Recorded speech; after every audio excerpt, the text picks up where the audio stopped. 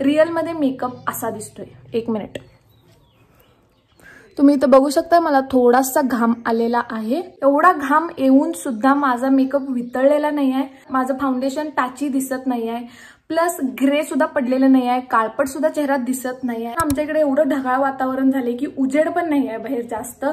या लाइटिंग मध्ये मी शूट केले, याचं कारण रियालिटी लोकांना कळावी की रिअल मध्ये मेकअप कसा दिसतो, कसा होतो। कारण व्हिडिओसाठी शूट करणं आणि रियालिटीमध्ये मेकअप करणं यामध्ये जमीन आणि आसमानचा फरक असतोय। या व्हिडिओमध्ये मी मस्तपैकी एक स्वेट प्रूफ मेकअप करून दाखवणार आहे। आता स्वेट प्रूफ मेकअप बद्दल काही गैरसमज आहे, लोकांना असं वाटतं की मेकअप केल्यानंतर घामच यायला नाही पाहिजे त्याला स्वेट प्रूफ मेकअप म्हणतात, असं अजिबात नसते।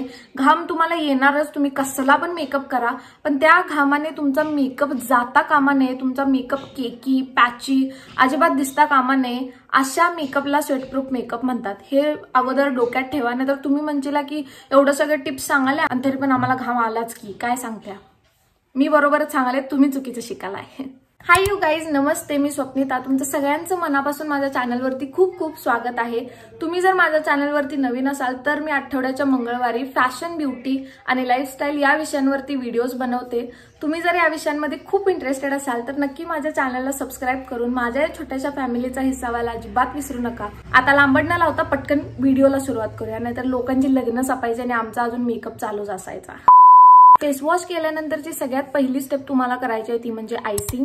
एक आईस क्यूब बर्फाचा गोळा मस्तपैकी कॉटनच्या कपड्यात घालायचा आणि 1 मिनिटभर चेहऱ्यावरती रब करायचं। आता इन केस जर बर्फाचा गोळा तुमच्याकडे नसला तर काय करायचं, फ्रीजमध्ये पाण्याची बाटली ठेवलेली असत्या, पाण्याची बाटली घ्या, एका कुठल्या तरी भांड्यात ते पाणी काढा आणि तुमचा चेहरा त्याच्यामध्ये बुडवून ठेवा 1 मिनिटभर। 1 मिनिट याचा अर्थ असा नाही की कंटिन्यू 1 मिनिट त्यातच बुडवून ठेवायचा, जेवढं तुम्हाला सोचते 10 सेकंद 15 सेकंद ठेवायचं, त्यानंतर तुम्ही चेहरा काढू शकताय बाहेर, परत 10-15 सेकंद ठेवायचं, असं 1 मिनिटभर करायचं।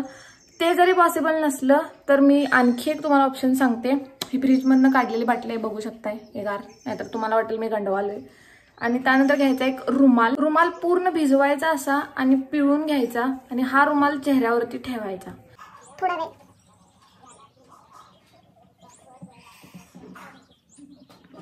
याच्यामुळे तुमच्या चेहऱ्याची जी छिद्र असतात ती जराशी लहान होतात किंवा श्रिंक होतात असं आपण म्हणू, आणि त्याच्यामुळं ओपन पोर्सचा प्रॉब्लेम जास्त राहत नाही। जेवढे ओपन पोर्स जास्त तेवढा तुम्हाला घाम जास्त येणार, तेवढं तेलकट तुमचा चेहरा दिसतो। त्यामुळे आयसिंग करायला अजिबात विसरू नका। जास्त वेळ आईस क्यूब एकाच ठिकाणी रब करू नका, त्याच्यामुळे स्किन थोडीशी लाल होईल। लाल झाली तरी पण काही टेन्शन घ्यायचं काम नाही आहे, नॉर्मल होतं थोड्या वेळात। हे झाल्यानंतर दुसरी स्टेप तुम्हाला फॉलो करायची आहे ती म्हणजे सेटिंग स्प्रे। जर तुमच्याकडे सेटिंग स्प्रे असला तर मेकअप करायच्या अगोदर मस्तपैकी चेहऱ्यावरती लावून घ्या। जर सेटिंग स्प्रे नसला तर रोज वॉटर म्हणजेच गुलाब पाणी लावू शकताय। गुलाब पाणी जरी तुमच्याकडे नसलं, एक टोनर तुमच्याकडे असलं तर दॅट्स इट, मस्तपैकी टोनर तुम्ही लावून घ्या। मी आता तेच कराले। याच्यामुळं अगेन तुमचे पोर्स जे आहेत ते मिनिमाइज होतात, लहान होतात आणि त्याच्यामुळे तुमचा बेस जबरदस्त फ्लॉलेस दिसतो। मी आणखी एक तुम्हाला गोष्ट सांगते, मेकअपची ट्रिक म्हणजे जेवढे तुम्ही कमी प्रोडक्ट्स वापराल तेवढाच तुमचा बेस जबरदस्त दिसतो, जास्त वेळ टिकतो आणि तुम्हाला घाम पण कमी येतो। जास्त कधीच लावायचं नाही। आणि उन्हाळ्यामध्ये जेव्हा आपण मेकअप करतोय तेव्हा जास्त ग्लोई ड्यूई प्रोडक्ट्स वापरायची सुद्धा काय गरज नाही आहे, त्याच्यामुळे आणखी जरा चेहरा तेलकट दिसतो। तर होईल तेवढं जास्त मॅटिफाईंग प्रोडक्ट्सचा वापर करायचा। बेस क्रिएट करण्यासाठी किंवा स्किन प्रेप करण्यासाठी तुम्ही बऱ्यापैकी हायड्रेटिंग गोष्टी वापरू शकताय जर तुमची स्किन खूप जास्त ड्राय असेल तर। आता माझी स्किन भयानक ड्राय आहे, त्याच्यामुळे मी हे मिल्की टोनर वापरलेला आहे। तुमची स्किन जर ऑइली असेल तर तुम्ही रोज वॉटर वापरू शकताय, नाही वापरलं तरी चालेल। तिसरी महत्त्वाची गोष्ट तुम्हाला वापरायची आहे ती म्हणजे मॉइश्चरायझर। आता व्यवस्थित लक्ष द्या, जर तुमची skin oily combination acne prone असेल तर फक्त आणि फक्त जेल बेस्ड किंवा वॉटर बेस्ड मॉइश्चरायझर सज वापरायचं, अजिबात क्रीमी टेक्स्चरकडे वळायचं नाही, नाहीतर स्किन भयानक म्हणजे भयानक तेलकट दिसत्या। जर तुमची स्किन ड्राय असेल तेव्हा मात्र तुम्ही क्रीम बेस्ड प्रोडक्ट्स वापरलात तरी सुद्धा चालते। आता मी इथे मॉइश्चरायझर लावत आहे, थोडंसं लावायचं, जास्त अजिबात लावायचं नाही। आता मी फक्त या एरियातच तेवढं मॉइश्चरायझर लावणार आहे। तुम्ही जर सकाळच्या टप्प्यामध्ये मेकअप करणार असला तर सनस्क्रीन तुम्हाला वापरायलाच पाहिजे, ऑप्शन नाही, नाहीतर चेहरा खरोखर जास्त काळवंटोय. त्यामुळे माझं असं मत आहे की तेव्हा तुम्ही मॉइश्चरायझर स्किप केला तर चालते, वापरला नसला तर चालते, डायरेक्ट सनस्क्रीन लावायचं. म्हणजे पहिला आयसिंग करायची, त्यानंतर सेटिंग स्प्रे वापरायचा आणि त्यानंतर डायरेक्टली तुम्ही सनस्क्रीन अप्लाय करू शकताय. कारण आता सध्या सनस्क्रीनमध्ये हायड्रेटिंग प्रॉपर्टीज असतात. एक्स्ट्रा मॉइश्चरायझर लावून मग परत सनस्क्रीन लावायची काय सुद्धा गरज भासत नाही. त्यामुळे उगाच लेअरिंग अजिबात करू नका. आपल्याला वाटते गडबड गडबड गडबड करत लेअरिंग आपण म्हणून करतोय, नंतर ते एकदमच घामानं सगळं वितळून जाते. आता ज्या युट्यूबर्स इन्फ्लुएन्सर सांगतात की 5 मिनिटात होणारा झटपट मेकअप, प्रॅक्टिकल मध्ये ही गोष्ट पॉसिबल नाही आहे. साधा जरी मेकअप करायचा म्हटलं तरी 10 ते 15 मिनिटं तर लागतातच, 5 मिनिटात शक्यच नाही आहे. त्यांचं कसं असते 5 मिनिटात मेकअप करून दाखवायचा टायमर लावून, आणि त्यांनी काय घरातनं बाहेर जाणार नाहीत, काय नाहीत, एक व्हिडिओ शूट झाला, कॉन्टेंट मिळाला, दॅट्स इट. पण प्रॅक्टिकल लाईफमध्ये ही गोष्ट पॉसिबल नाही आहे. त्यामुळे 5 मिनिटात मेकअप करायचा प्रयत्न तुम्ही तर अजिबात करू नका, नाहीतर ऐन टायमाला तुम्ही तोंडावर पडचिला.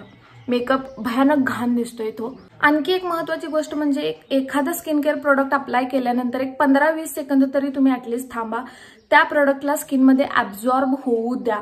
जर तुम्ही एक पहिला मॉइश्चरायझर लावला, त्यानंतर लगेच सनस्क्रीन लावला, लगेच प्रायमर लावला, लगेच फाउंडेशन लावलं, कधीच कुठलेच प्रोडक्ट्स भरभर एका पाठोपाठ एक लगेच लावायचे नसतात. त्याच्यामुळे भयानक घाम येतोय स्किनला. ओके, आता हे ऍब्झॉर्ब झाल्यानंतर नेक्स्ट गोष्ट तुम्हाला वापरायची आहे ती म्हणजे प्रायमर. प्रायमरला लोकांनी एवढं डोक्यावर चढवून ठेवले की काय बोलायचं कामच नाही. म्हणजे एवढं महत्त्व दिलेलं आहे प्रायमरला. मी तुम्हाला खरं सांगते, प्रायमरची गरज सगळ्यांना नसते. ज्यांची स्किन खूपच जास्त ऑइली आहे, ज्यांना ओपन पोअर्सचा इथं खूपच प्रॉब्लेम आहे, त्यांच्यासाठी असतं प्रायमर. प्रायमरचं मेन काम काय आहे, जेव्हा तुम्ही प्रायमर लावताय ते एकतर स्टिकी असतं, म्हणजे जरासं चिकट असतं, आणि चिकट असल्यामुळे त्याच्यावरती फाउंडेशन चिटकून बसतं, त्याच्यामुळे ते जास्त वेळ राहतं, पहिली गोष्ट. दुसरी गोष्ट म्हणजे तुम्हाला जास्त ओपन पोर्स असतात, त्यामध्ये प्रायमर बसतं, आणि आता कुठला तर एक खड्डा आहे, तुम्ही वरनं काय तर घातलाय म्हणजे तो खड्डा भरणार आहे, आणि सरफेस जो आहे त्याचा तो मऊ गुळगुळीत दिसतो. एवढंच कारण आहे. तुमच्या पोर्सला ते गुळगुळीत बनवतं, एकसारखं बनवतं, आणि त्याच्यामुळे तुमचा जो बेस आहे तो फ्लॉलेस दिसतो. जर तुम्हाला ओपन पोर्सचा प्रॉब्लेम नसेल, तुमची स्किन नॉर्मल किंवा ड्राय असेल, तुम्ही प्रायमर स्किप केला तरी सुद्धा चालते. मी गॅरंटी देऊन सांगते, तुमचा बेस अजिबात इकडे तिकडे होणार नाही. मी स्वतः या गोष्टी ट्राय केलेल्या आहेत. माझी स्किन कोरडी आहे, माझ्याकडे प्रायमर पण नाही आहे. जर इन केस तुमच्याकडे प्रायमर नसेल किंवा प्रायमर संपला असेल तर तुम्ही अशा पद्धतीचं एक सिलिकॉन बेस्ड सनस्क्रीन वापरू शकता ॲज अ प्रायमर म्हणून. हे पण खूप भारी काम करते. तुम्हाला एक्स्ट्रा प्रायमर विकत घ्यायची काय सुद्धा गरज नाही आहे. मी हेच थोडंसं लावेन. मी फक्त माझ्या या एरियात तेवढंच लावेन, कारण या एरियात खूप जास्त घाम येतो आणि इथंच ओपन पोर्सचा प्रॉब्लेम जरासा जास्त असतो. That's it. आता परत थोडा वेळ 15-20 सेकंद थांबा, याला ऍब्झॉर्ब होऊ द्या. जर तुमच्या चेहऱ्यावरती खूप जास्त डिस्कलरेशन असेल, अनइव्हननेस असेल, म्हणजे डोळ्यांखाली खूप जास्त डार्क सर्कल्स आलेत किंवा इथं ओठांजवळची स्किन खूपच जास्त काळवणलेली आहे, कुठेतरी डाग आहे, तर अशा वेळी तुम्ही कलर करेक्शन करणं इम्पॉर्टंट आहे. त्यासाठी तुम्ही एक मस्तपैकी कलर करेक्शन पॅलेट वापरू शकताय अशा पद्धतीचं. जर हे नसेल इन केस तर मात्र प्रत्येकाच्या घरात एक लाल कलरची लिपस्टिक असते, जरासं नकळत घ्यायचं आहे, जास्त नाही. मी दाखवते तुम्हाला करून. ओके, हलकसं एकदम घ्यायचं आणि लावायचं, म्हणजे इथे दिसतंय. जरा नकळतच घेतलेलं आहे मी, खूप जास्त घ्यायचं नाही. हे कलर करेक्शन अगोदर करून घ्यायचं, नाहीतर डायरेक्ट जर तुम्ही फाउंडेशन लावला तर डोळ्यांखालची स्किन किंवा जिथं काळवंडलेली स्किन जास्त असते ना, ती थोडीशी काळपट दिसते किंवा ग्रे दिसण्याचे चान्सेस असतात. त्यामुळे अगोदर कलर करेक्शन करून घ्यायचं, तिथली स्किन बऱ्यापैकी इव्हन करून घ्यायची, आणि त्यानंतर मग तुम्ही फाउंडेशन वापरा याच्यावरती. आता पुढची स्टेप तुम्हाला फॉलो करायची आहे ती म्हणजे फाउंडेशन. फाउंडेशनसाठी शेड तुमचा व्यवस्थित निवडा. तुम्ही खूप जास्त लाईट फाउंडेशन वापरला तरी तुमची स्किन ग्रे होणार आहे. तुम्ही खूप डल फाउंडेशन वापरला तरी तुमची स्किन ग्रे होणार आहे. एक शेड लाईट फाउंडेशन चालते असं माझं पर्सनल मत आहे, कारण काही फाउंडेशन खूप जास्त ऑक्सिडाइज होतात. 1 तासभराचं फंक्शन आहे, 2 तासाचं फंक्शन आहे, चालून जाईल, पण त्यानंतर ते फाउंडेशन एक शेड डार्क होतं, डल होतं, आणि त्यामुळे तुमचा फेस डल दिसतो, थोडासा काळपट, तुमच्या ओरिजिनल स्किन टोन पेक्षा एक शेड डार्क दिसतो. म्हणून जरासं नकळत लाईट फाउंडेशन चालून जाईल, पण जास्त नाही. ओके, एकच पंप फाउंडेशन घ्यायचं, उगाच हाय म्हणून थापू नका. जास्त प्रोडक्ट शक्यतो लावायचे नाहीत. आता एक पंप जेव्हा तुम्ही काढून घेताय, डायरेक्ट कधीच फाउंडेशन लावायचं नाही. याला व्यवस्थित असं मिक्स करायचं, कारण याचे पार्टिकल्स अगोदर एकमेकात व्यवस्थित मिक्स होऊ द्यात, कारण आपण कधी नाही ती बाटली काढलेली असत्या. आणि हे असं मिक्स करून झाल्यानंतर मग सगळीकडे अप्लाय करायचं. तुम्हाला हवं असेल तर तुम्ही मीडियम किंवा लाईट कव्हरेज फाउंडेशन वापरू शकता. शक्यतो वेडिंगसाठी किंवा अशा हेवी फंक्शनसाठी फुल कव्हरेज फाउंडेशन जास्त बऱ्यापैकी दिसतं. हाताने अगोदर व्यवस्थित ब्लेंड करून घ्या. या सगळ्या गोष्टी खोट्या आहेत, ठीक आहे, की फाउंडेशन नेहमी ब्रशनच ब्लेंड करायला पाहिजे किंवा ब्युटी ब्लेंडरनंच ब्लेंड करायला पाहिजे. याच्या अगोदर काय नव्हतं. साधं लॉजिक आहे. प्रोडक्ट लोकांना त्यांचे खपवायचे आहेत, त्यामुळे मार्केटिंग पण त्या लेवलनं करायला लागत्या. जर ते लोक तुम्हाला महत्त्व सांगूच शकले नाहीत तर तुम्ही विकत पण घेणार नाही आहे. हाताने सुद्धा फाउंडेशन ब्लेंड केलं तरी सुद्धा फिनिशिंग जबरदस्त येते.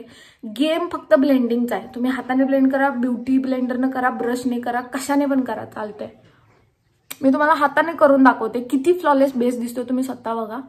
मी काय फिल्टर वगैरे यूज केलेलं नाही आहे, लाइटिंग पण काय नाही आहे.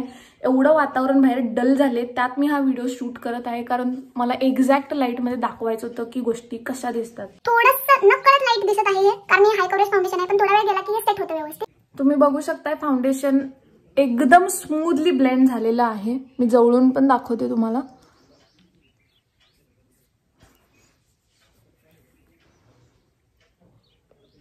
कुठं सुद्धा पॅची फाउंडेशन दिसत नाही. हाताने मी ब्लेंड केले, अजिबात मी कशाचा वापर केलेला नाही आहे. मानेला फाउंडेशन लावायला अजिबात विसरू नका. वाटलं तर तुम्ही ब्युटी ब्लेंडरचा वापर करू शकताय, असं काही नाही आहे की म्हणजे हातानेच ब्लेंड करायला पाहिजे सगळं.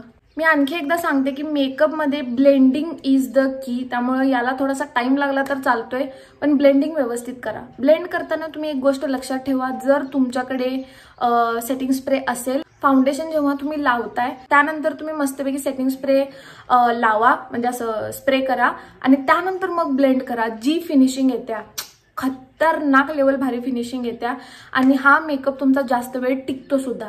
किंवा तुम्ही ब्युटी ब्लेंडरवरती सेटिंग स्प्रे लावू शकताय आणि त्या ब्युटी ब्लेंडरने तुम्ही मस्तपैकी ब्लेंड केला तरी सुद्धा चालते. ही ट्रिक तुम्ही ट्राय करून बघा, तुम्हाला खूप जास्त आवडेल. नेक्स्ट, जर तुम्हाला आता ब्लश वगैरे लावायला आवडत असेल तर पावडर ब्लश वापरा. अजिबात हे असे क्रीम बेस्ड ब्लश वापरू नका. पावडर बेस्ड गोष्टीच उन्हाळ्यामध्ये जास्त लावायच्या, कारण त्या तुम्हाला मॅटिफाईंग लुक देतात. ते तुमचं ऑइल कंट्रोल करतात, शाईन चेहऱ्यावरची कंट्रोल करतात. त्याच्यामुळे तुमचा जो बेस आहे, जो मेकअप आहे, तो जास्त वेळपर्यंत टिकतो आणि फ्लॉलेस दिसतो. नेक्स्ट गोष्ट, आता या फाउंडेशनला तुम्हाला सेट करायचं आहे. त्यासाठी तुम्ही कोणतंही तुमचं फेवरेट कॉम्पॅक्ट पावडर यूज करू शकताय. आता आपण थंडीच्या दिवसात किंवा नॉर्मल मेकअप करताना जास्त चेहरा पावडरी दिसायला नको म्हणून सगळीकडे पावडर किंवा कॉम्पॅक्ट लावत नाही. फक्त डोळ्यांच्या खाली, नाकाच्या भोवती किंवा ओठांच्या भोवती तेवढंच लावतो. पण जर तुमची स्किन खूप जास्त ऑइली असेल तर मी असं सांगेन की लूज पावडरने तुम्ही पूर्ण चेहरा तुमचा सेट करून घ्या, नाहीतर नंतर तुमचं फाउंडेशन वितळते, अक्षरशः वितळते आणि घामाने असं खाली येते ते फाउंडेशन. म्हणून सगळा चेहरा तुम्ही सेट करून घ्या.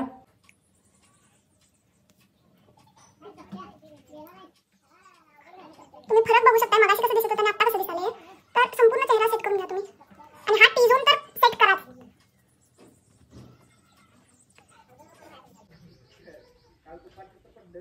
ओके, त्यानंतर तुम्हाला एक गोष्ट करायची आहे, ती म्हणजे लूज पावडरने सुद्धा पूर्ण चेहरा तुम्ही सेट करून घ्या.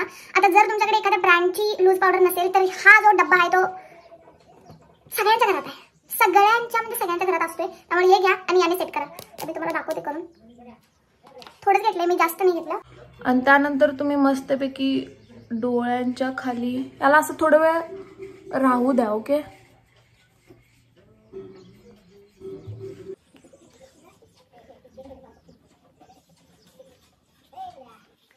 ब्लेंड करू नका, हे असंच राहू दे. मला माहिती आहे मी जोकर भूत दिसाले, पण ट्रस्ट द प्रोसेस आणि ट्रस्ट टेस्ट मी ऑल्सो.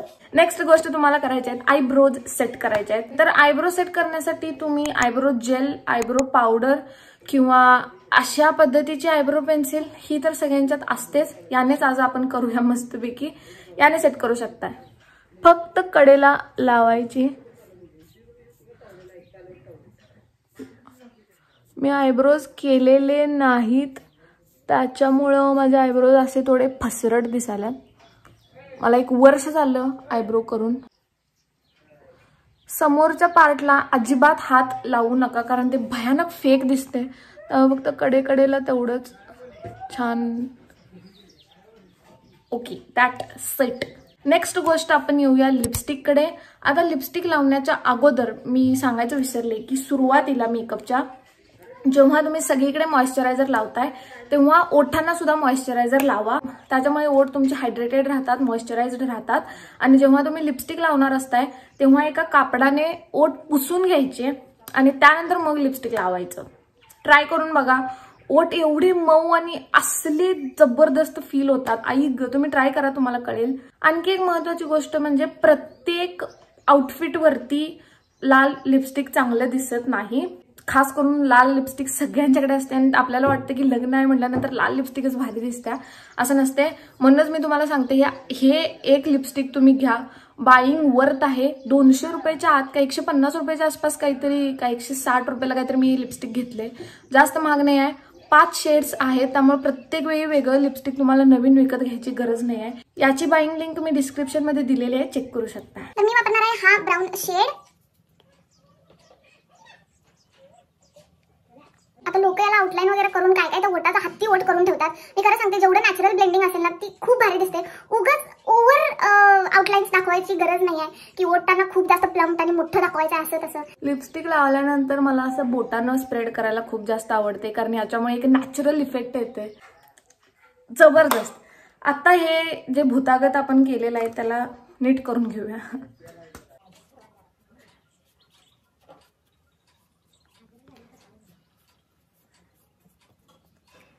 That's it. तुम्ही बघू शकताय एकदम मॅट फिनिश आलेला आहे. ही प्रोसेस केल्यामुळे क्रीज लाईन्स कमी येतात. म्हणजे डोळ्यांखाली अशा सुरकुत्या किंवा अशा लाईन्स दिसतात ना त्याला क्रीज लाईन म्हणतात. तर ते कमी येतात. त्यानंतर डोळ्यांखालचा जो एरिया आहे तो लगेच डार्क होतो. मेकअपमध्ये सगळ्यात अगोदर तो ग्रे दिसायला चालू होतो. ते अजिबात होत नाही आणि हितला जो प्रॉडक्ट आहे तो तसाच सेट राहतो. नेक्स्ट गोष्ट, असे एक आय पॅलेट तुमच्याकडे असायलाच पाहिजे ज्यामध्ये ग्लिटर्स किंवा शिमरी आय शॅडोज आहेत. आता आपण बेस जो आहे तो पूर्ण मॅट केलेला आहे त्यामुळे तुम्ही आय मेकअप पण खूप जास्त मॅट ठेवला, सटल ठेवला तर ते इतकं चांगलं नाही दिसणार. त्यामुळं बेस मॅट असल्यामुळं मला असं वाटतं की डोळे थोडेसे तुम्ही शायनिंग करू शकताय कारण तिथं घाम येऊन किंवा ते वितळून जाणं थोडंसं अवघड आहे चेहऱ्याच्या तुलनेत. हा जो माझा ड्रेस आहे त्यावरती सिक्विन वर्क आहे. त्याला मॅच करण्यासाठी मी इथं गोल्डन प्लस पर्ल कॉम्बिनेशनचं इयरिंग घातलेलं आहे. मला याच्यावरती सिल्वर घालायचं होतं पण ते व्यवस्थित जात नव्हतं आणि प्युअर गोल्डन इयरिंग्स पण याच्यावरती चांगल्या दिसत नव्हता म्हणून मी हा कॉम्बिनेशन निवडलेला. आता हा जो मोती आहे पांढरा त्याला बॅलन्स करण्यासाठी मी जो आय शॅडो आहे तो सुद्धा त्याच कलरमध्ये निवडायचा प्रयत्न केलेला आहे जेणेकरून आपला जो मेकअप आहे तो एकसंध दिसावा. ओके, तुम्हाला जास्त एक्सपेरिमेंट करायची गरज नाही आहे. हाताने लावा रे. लय प्रोफेशनल आपल्याला काही इथं मेकअप स्टुडिओ काढायचा नाही आहे. ठीक आहे. Okay,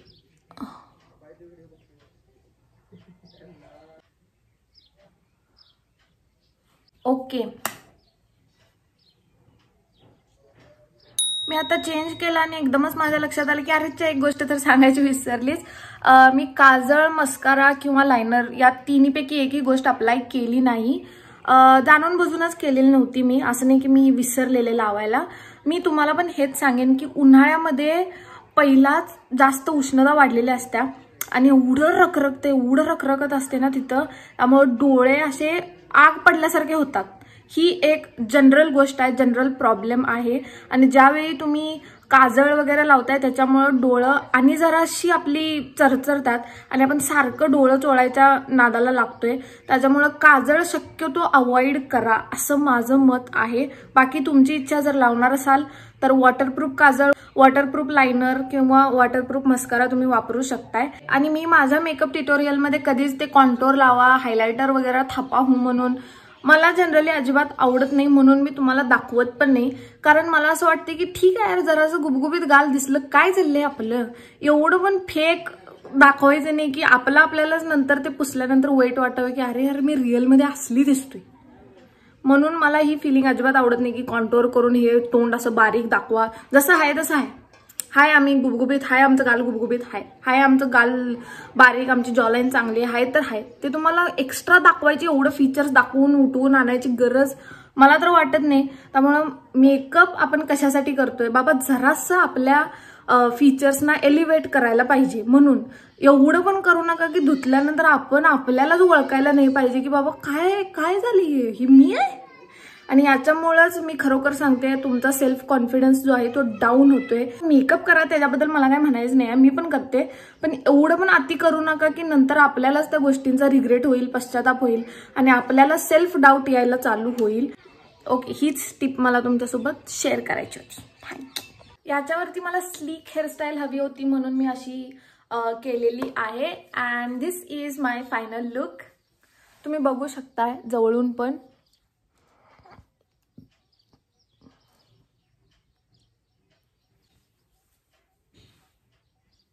okay, that's it for today's video. I hope तुम्हाला हा व्हिडिओ आवडला असेल. आवडलाय तर प्लीज एक लाईक करायला अजिबात विसरू नका. आणि अशाच इंटरेस्टिंग आणि इन्फॉर्मेटिव्ह व्हिडिओ सोबत भेटू पुढच्या मंगळवारी. तोपर्यंत स्वतःची काळजी घ्या आणि स्वतःवर खूप प्रेम करा. बाय.